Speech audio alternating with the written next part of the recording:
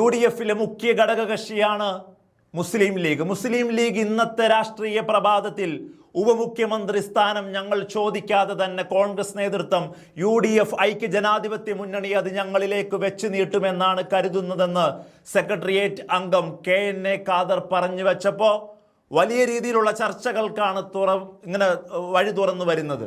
100% ഉറപ്പായിട്ടുള്ള ഒരു കാര്യമാണ് KNA ഖാദർ എന്ന് ചോദിച്ചത്. കാരണം UDFിൽ ഇത്രമേൽ വലിയ കേഡർ സംവിധാനമുള്ള, ഇത്രമേൽ വലിയ അച്ചടക്കം വെച്ച് പുലർത്തുന്ന ഒരു ഡിസ്പ്യൂട്ട്, ഒരു കോൺഫ്ലിക്റ്റ് UDFിൽ ഉണ്ടായാൽ അതിനെ തന്ത്രപരമായി ഹാൻഡിൽ ചെയ്യുന്ന UDFിൻ്റെ ഒരു സൊല്യൂഷൻ ഏരിയയായി മുസ്ലിം ലീഗ് പ്രവർത്തിക്കാൻ തുടങ്ങിയിട്ട് കാലം എത്രയായി? മുസ്ലിം ലീഗിനോട് കാലക്രമേണ എന്നും UDF വെച്ച് പുലർത്തുന്ന അനീതിയുണ്ടല്ലോ, ആ അനീതി നിശബ്ദമായി ഇങ്ങനെ മനസ്സിൽ കടന്ന് ഹോണ്ട് ചെയ്യുന്നത് കൊണ്ടാണ് KNA ഖാദർ എന്ന് പറയാതെ പറഞ്ഞത് ഞങ്ങൾ ചോദിക്കാതെ ഞങ്ങൾക്ക് ഉപമുഖ്യമന്ത്രി സ്ഥാനം തരണമെന്ന്. കൃത്യമായ വാക്കുകളാണത്. കാരണം കോൺഗ്രസ് എന്നും നീതികേട് കാണിച്ചിട്ടുണ്ട്. ജില്ലാ പഞ്ചായത്തുകളിൽ, തദ്ദേശ തെരഞ്ഞെടുപ്പിൽ, ബ്ലോക്ക് പഞ്ചായത്തിൽ മുഴുവൻ ലീഗിനെ നിശേഷം നാമാവശേഷമാക്കി കളഞ്ഞത് നമ്മൾ കണ്ടതാണ്.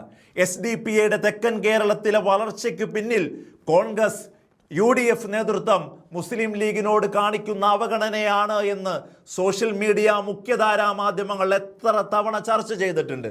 ഒരു പ്രശ്നം വരുമ്പോൾ ലീഗിനെ ഇങ്ങനെ ഉയർത്തി കാണിക്കും.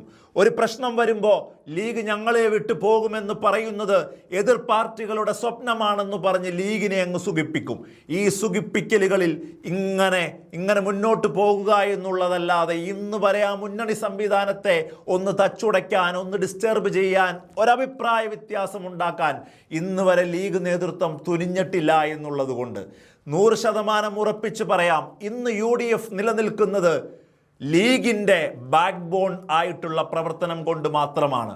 അതിനെ കാണാതെ ഇനിയും UDF നേതൃത്വം മുന്നോട്ട് പോകുന്നുണ്ടെങ്കിൽ ചോദിച്ച് മേടിക്കാൻ ലീഗിലെ ആൺകുട്ടികൾക്ക് കരുത്തുണ്ടാവുക തന്നെ വേണം. കാരണം ഈ ഒരു തവണ കൂടി UDF പ്രതിപക്ഷത്തിരിക്കുകയാണെങ്കിൽ ആലോചിച്ചു നോക്കൂ, 99.9% സ്ട്രൈക്ക് റേറ്റ് ഉള്ള ഒരു പാർട്ടിയാണ് 15ാം വർഷവും കേരളത്തിൽ പ്രതിപക്ഷത്തിരിക്കുന്നത്.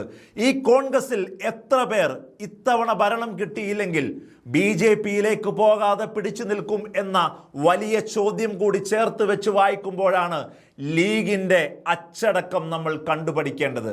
ആരാണ് കണ്ടുപിടിക്കേണ്ടത്? ഈ UDFും കോൺഗ്രസും വലിയ രീതിയിൽ ഉൾക്കൊള്ളുന്ന ഐക്യജനാധിപത്യ മുന്നണിയും.